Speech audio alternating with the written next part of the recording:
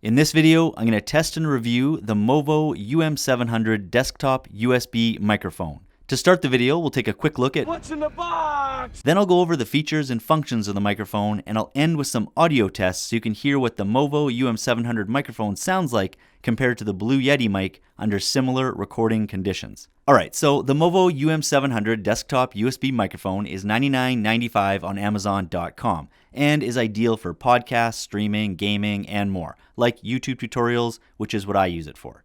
In the box, we obviously get the microphone, which is attached to an adjustable stand with some nice rubber padding on the bottom, a basic windscreen filter, and a removable USB cable that connects to the mic on one end and to your computer on the other.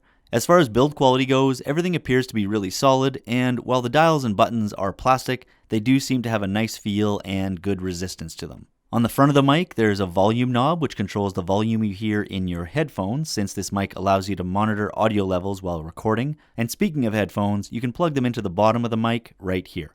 The other button on the front is a noise-canceling mute button, good for when you need to cough or sneeze or do anything else that you don't want your audience to hear. By the way, there's also a 5/8 thread on the bottom, which allows you to remove the mic from the stand and mount it to a boom arm instead, if you prefer. When we flip the mic around to the back, there's two more dials. The top one is used to adjust volume or gain.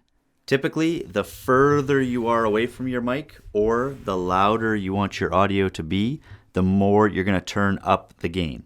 And therefore, the closer you are to your mic or the quieter you want your audio to be, the more you'll turn the gain down. But if you are going to be talking really close to the mic, make sure to at least use that wind filter or get a pop filter like the one I have right here to go between you and the microphone. And then finally, what really makes this mic a great value for the price is its ability to record using different modes or polar patterns, which basically changes the direction or directions that the microphone picks up audio from, which makes it a great mic for a variety of situations. The first setting that I'm going to show you and that I'm recording in right now is cardioid, which means the mic picks up from directly in front of the mic for a concentrated pickup and rejects noises from the rear and sides of the mic. So when I'm talking directly in front of the mic, it's going to sound really good. And if I go to the side right here or the back, you can see that it's going to be rejecting in that direction, which means that it's also going to reject noises that you don't want that are coming from other places in the room. This is ideal for situations like maybe if you're doing a podcast or some ASMR type stuff.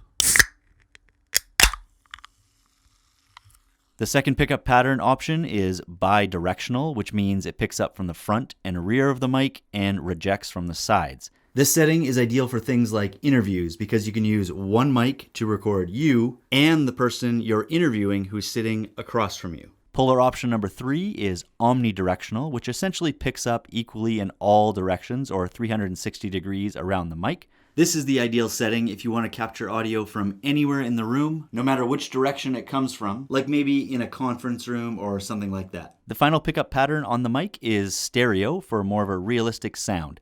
This setting picks up from the front and the sides, but unlike the other modes, it differentiates between the direction that the audio is coming from. So, for example, if you put your headphones on, you'll notice that when I talk to this side, it's going to sound like I'm going to the right in your head, and this way is going to sound like I'm going to the left.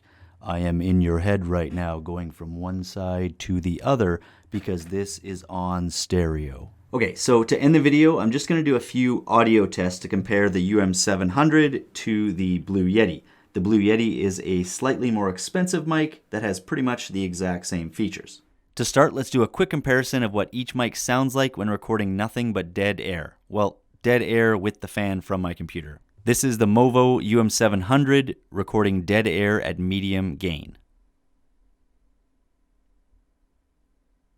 This is the Blue Yeti recording dead air at medium gain. This is the MOVO UM700 recording dead air at high gain. This is the Blue Yeti recording dead air at high gain. Next, I'm just going to record a simple voiceover with each mic, and what you hear will be straight from the mic recorded in OBS Studio with no editing at all, followed by another recording that has been edited with some noise reduction and basic parametric EQ adjustments in Premiere Pro. This is the audio recording sample from the MOVO UM700 desktop USB microphone. This recording has not been edited. This is the audio recording sample from the MOVO UM700 desktop USB microphone. This recording has been edited with some noise reduction and basic EQ. This is the audio recording sample from the Blue Yeti microphone. This recording has not been edited. This is the audio recording sample from the Blue Yeti microphone. This recording has been edited with some noise reduction and parametric EQ. Alright, so in conclusion, I've actually started using the MOVO mic instead of the Blue Yeti for my tutorials. And that's really because of two main factors. Hopefully you heard both of those factors in the audio samples that I just played. The first one is that I think it makes my voice sound better, especially once I add EQ in post. And the second factor, which is probably the more important factor for me, is that it actually rejects the other noises that I don't want a lot better than the Blue Yeti. That's important because usually when I'm recording, I can hear my kids like running around upstairs and stuff. And with this mic, I don't seem to hear those same noises anymore, which is super important because then I can record whenever I want. And that's it. That's all I got for the MOVO UM700. If you got something out of this video, make sure to drop a like. And if you're new to the channel, please consider subscribing. I don't know what that motion was. And I'll catch you next time.